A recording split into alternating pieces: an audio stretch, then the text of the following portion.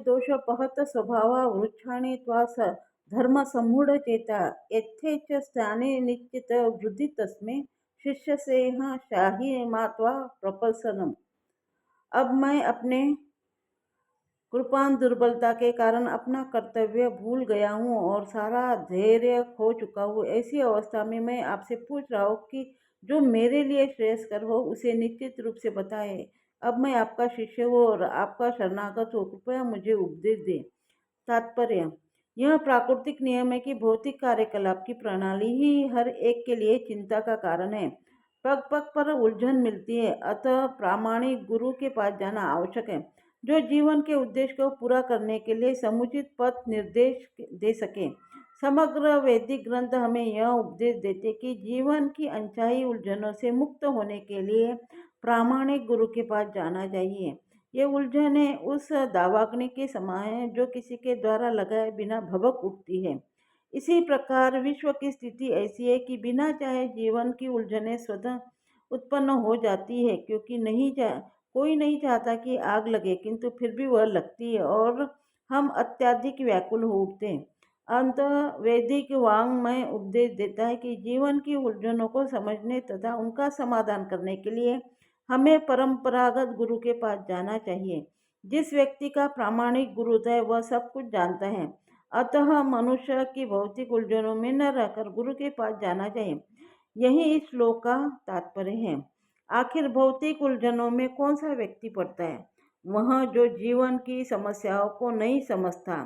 बृहदारण्यक उपनिषद में व्याकुल मनुष्य का वर्णन इस प्रकार हुआ है: यो वा एतदक्षरः गार्ग्य विदित्वा स्माम मालोकत प्रीति स कृपण।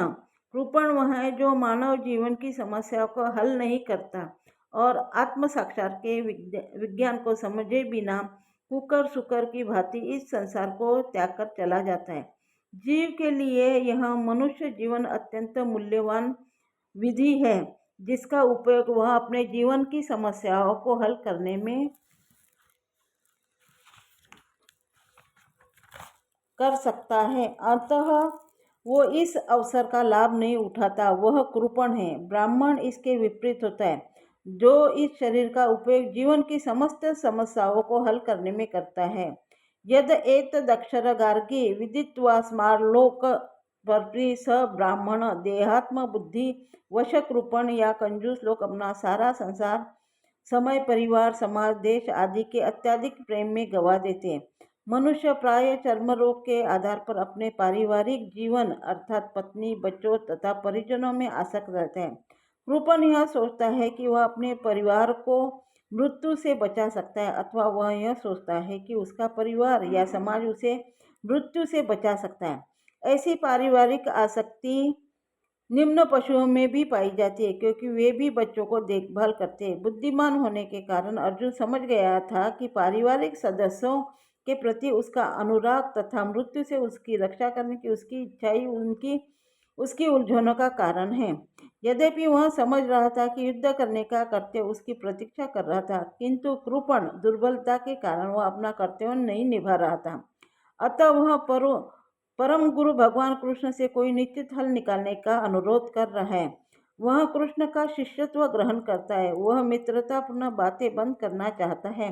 गुरु तथा शिष्यों की बातें गंभीर होती और अब अर्जुन अपने मान्य गुरु के समक्ष गंभीरता पूर्वक बातें करना चाहता है। इसलिए कृष्ण भगवद गीता ज्ञान के आदि गुरु है। अर्जुन गीता समझने वाला प्रथम शिष्य है। अर्जुन भगवद गीता को किस तरह समझता है यह गीता में वर्णित है। तो भी मूर्ख संसारी विद्वान बताते हैं कि किसी को मनुष्य रूप कृष्ण की नहीं बल्कि अजन्मा कृष्ण की शरण ग्रहण करनी चाहिए। कृष्ण के अंतर तथा बाह्य में कोई अंतर नहीं। इस ज्ञान के बिना जो भगवद गीता को समझने का प्रयास करता है वह सबसे बड़ा मूर्ख है।